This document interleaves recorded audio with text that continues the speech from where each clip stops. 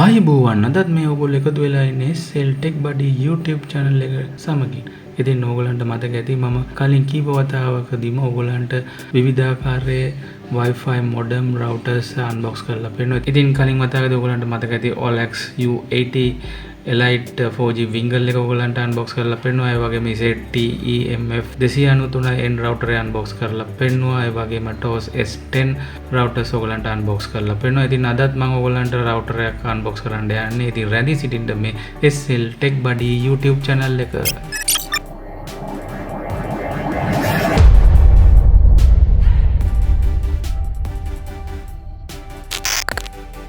ඉතින් උඩින්ම ඔයගොල්ලන්ට පේනවා dialog broadband කියලා සඳහන් කරලා තියෙනවා.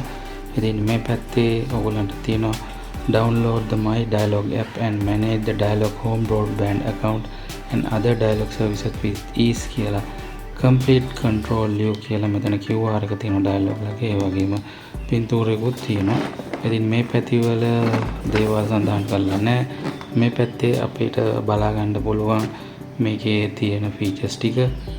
Wi-Fi enable කියලා තියෙනවා. 1 data port එකක් තියෙනවා කියලා තියෙනවා. 1 RJ11 port එකක් තියෙනවා. ඊළඟට මේගොල්ලන්ගේ hotline එක දාලා තියෙනවා. email දාලා තියෙනවා.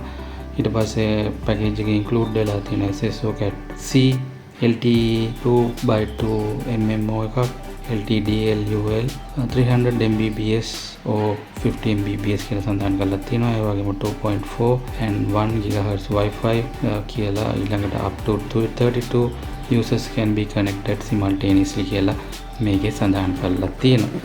ඉතින් අපි දැන් මේක unbox කරලා බලමු. මේ විදිහට මම මේක open කරනවා. ඉතින් එතකොට ඔයගොල්ලන්ට බලා ගන්න පුළුවන් අපේ router එක මේ විදිහට තියෙනවා. ඉතින් මම මේක එළියට අරගෙන නම් ඉතින් මේකේ දැනටමත් තියෙනවා. ඉතින් ඔයගොල්ලන්ට බලා ගන්න පුළුවන්. ඉතින් ඔයගොල්ලන්ට පේනවා මෙතන තියෙන WPS button එක, ඊළඟට Wi-Fi button එක, ඊළඟට normal telephone එක සම්බන්ධ කරන්න පුළුවන් port එක, මේක RJ45 port එක. ඊළඟට මෙතන සඳහන් කරලා තියෙනවා Wi-Fi details ටික, model එක. මේකේ model එක ඇවිල්ලා ZLT S50 model එක. ඊළඟට අපිට පුළුවන් මේකට antenna දෙකක් ඕනනම් සවි කරගන්නට. ඊළඟට මෙතන indication ටික ඔයගොල්ලන්ට බලා ගැනීමේ හැකියාව තියෙනවා. ඉතින් මුලින්ම තියෙනවා power indication එක, ඊළඟට Wi-Fi indication එක, ඊළඟට data indication එක තියෙනවා, ඊළඟට data strength එක තියෙන indication එක මෙතනින් ඔයගොල්ලන්ට බලා ගන්න පුළුවන්. ඉතින් dialog logo එක මෙතන ඔයගොල්ලන්ට බලා ගන්න පුළුවන්. ඉතින් මෙතන මේකේ handle එකක් inbuilt තියෙනවා. ඊළඟට SIM card එක ඔයගොල්ලන්ට ගහන්න තියෙන්නේ මේ පෙන්නලා තියෙන ආකාරයට මෙතන. ඉතින් දැන්ටත් මම මේකේ SIM එක ගහලා තියෙන්නේ. ඉතින් මේ විදිහට ඔයගොල්ලන්ට ඔයගොල්ලන්ගේ මේස් එක හරි කොයි හරි තැනක තියාගන්න පුළුවන්. ඉතින් ඊට අමතරව මේකේ normal ඔයගොල්ලන්ට බලා ගන්නට පුළුවන් RJ11 ගහන්න පුළුවන් කේබල් එකක් ඒගොල්ලෝ දීලා තියෙනවා. ඊළඟට මේකේ මේ warranty card එක මේ විදිහට බලා ගන්නට පුළුවන්. ඉතින් මේකේ විස්තර ටිකක් තියෙනවා. ඊට පස්සේ ඔයගොල්ලන්ට තියෙනවා මේකේ user manual එක, ZLT S50 user manual එක ඔයගොල්ලන්ට බලා ගන්නට පුළුවන්. ඉතින් මේ විදිහට මේකේ මම සඳහන් කර පරිදි keys ටික මොනවද කියලා තියෙනවා. ඊළඟට indication ටික, power එක, Wi-Fi එක සහ signal එක සඳහන් කරලා තියෙනවා. ඉතින් මට කියන්න බැරි වුණ එකක් තමයි ඉතින් මේකේ දෙයිලා තියෙනවා power indication එකේදී නිල් පාටින් වෙනවා power is normal නම්, router එක power off නම් මේක off එකේ තියෙනවා. ඒ වගේම Wi-Fi වලදී නිල් පාටින් සඳහන් කරලා තියෙනවා Wi-Fi is on and has data transmission එක පටන් ගත්තම Wi-Fi එක on වෙලා. ඊළඟට blue blink වෙවි තියෙනවා WPS client එක ගැන අපි මොන හරි connection එකක් connect වෙමින් පවතිනවා නම් Wi-Fi off නම් මුකුත්පත් වෙන්නේ නැහැ.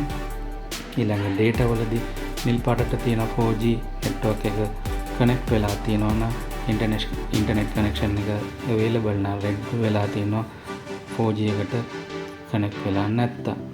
ඊළඟට අනෙකුත් සිග්නල් කණු වගේ තියෙන මේ ඉන්ඩිකේෂන් එකේදී සිග්නල් ස්ට්‍රෙන්ත් එක අනුව මේවා පත්තු වෙනවා කියලා සඳහන් කරලා තියෙනවා. ඉතින් ඊට අමතරව ඔයගොල්ලන්ට සඳහන් කරලා තියෙනවා මොනවද කනෙක්ට් කරන්න පුළුවන් ඩිවයිසස් කියලා. ඉතින් මේකේ විදියට අපිට මේකේ පවර් ඇඩැප්ටර් එකට සම්බන්ධ කරන්න ඕන. ඊට පස්සේ අපිට පුළුවන් Wi-Fi මාර්ගයෙන් ලැප්ටොප් ඒ වගේම ෆෝන්ස් RJ ඉන්ටර්ෆේස් එක තුලින් අපිට මේ කනෙක්ෂන් කරලා කේබල් එක through අපිට ඩෙස්ක්ටොප් එකක් වුණත් පරණ කනෙක්ට් කරගන්නට පුළුවන්. ඉතින් මේ ටික වගේ සඳහන් කරලා තියෙනවා. ඉතින් මේ තියෙන පවර් ඇඩැප්ටර් එක මම මේක දැන් එළියට ගන්නවා. ඉතින් මේක මේ විදිහට පිටක් ගාලා මේක එළියට අරගමු. ඉතින් මේ විදිහට ටිකක් හොඳ දිගකින් යුක්ත වෙනවා. ඉතින් ඊට පස්සේ අපිට තියෙන්නේ මේක මෙතනට සම්බන්ධ කරන්න විතරයි. ඊට අමතරව අපිට පුළුවන් ඇන්ටනා කේබල් එක සම්බන්ධ කරගන්න මේ විදිහට.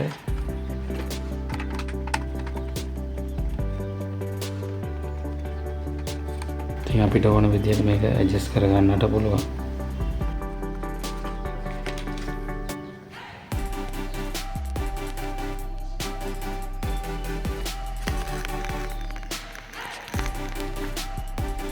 ඉතින් දැන් ඔයගලන්ට පේනවා මම ප්ලග් එකට සම්බන්ධ කරපු ගමන් මෙතන ඔයගලන්ට නිල් පාටින් පත්තු වෙලා තියෙනවා. ඉතින් මේක ඔයගලන්ට බලා ගන්නත් පුළුවන්. ඊළඟට අපිට බලා ගන්න පුළුවන් පිළිවෙලින් අනෙකුත් ලයිට්ස් ටික ඉන්ඩිකේට් වෙනවා. ඉතින් අපි දැන් බලමු. දැන් අපිට පේනවා තාම data connect වෙලා නැහැ. Wi-Fi දැන් enable වෙලා තියෙනවා. නිල් පාටින් ඔයගලන්ට බලා ගන්නට පුළුවන්. ඉතින් data තාම connect වෙලා නැහැ. දැන් රතු පාටට ඔයගලන්ට බලා ගන්නට පුළුවන්. ඉතින් අපි ඊළඟට බලමු මේ ටික කොහොමද fill වෙන්නේ කියලා. දැන් data enable වුණා. ඔයගලන්ට පේනවා දැන් මේක නිල් පාටින් තියෙනවා. ඒ වගේම signal strength එක ඉච්චර ලොකු signal strength එකක් නැහැ. දැන් වැඩි වුණා. ඉතින් මේ වගේ average signal strength එකකින් ඔයගලන්ට බලා ගන්න පුළුවන්.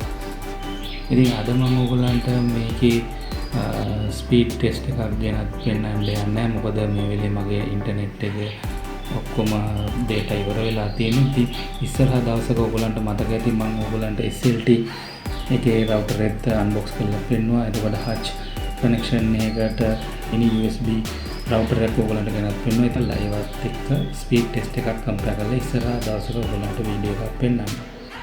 ඉතින් අපි router එකේ settings වලට යන්න. ඉතින් මම මුලින්ම මේකේ දීලා තියෙන IP එකට යනවා 192.168.1 කියලා සඳහන් කරලා තියෙනවා. ඉතින් එතකොට ඔයගලන්ට බලා ගන්න පුළුවන් මේකේ wireless information network parameters information ටික බලා ගන්න පුළුවන්. ඉතින් මේකට log වෙන්න මම මේකේ පිටිපස්සේ දීලා තියෙනවා username එක සහ password එක. ඒ දෙක මම type කරගෙන මේකේ settings ඔයගලන්ට ඉක්මනට ගෙනහිල්ලා පෙන්නන්න. ඉතින් මේ විදිහට ඔයගලන්ට බලා ගන්න පුළුවන් WAN information යටතේ අපේ router එකේ settings මොනවද කියලා. ඉතින් DCP information යටතේ මේ ටික ඔයගලන්ට බලා ගන්න පුළුවන්.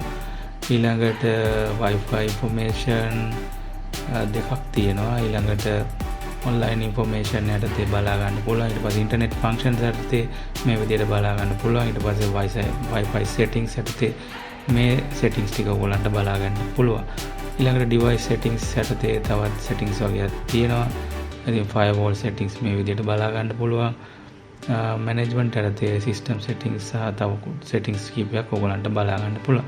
ඉතින් මේ settings ටික තමයි ඔයගලන්ට මේ Wi-Fi router එකත් එක්ක තියෙන්නේ.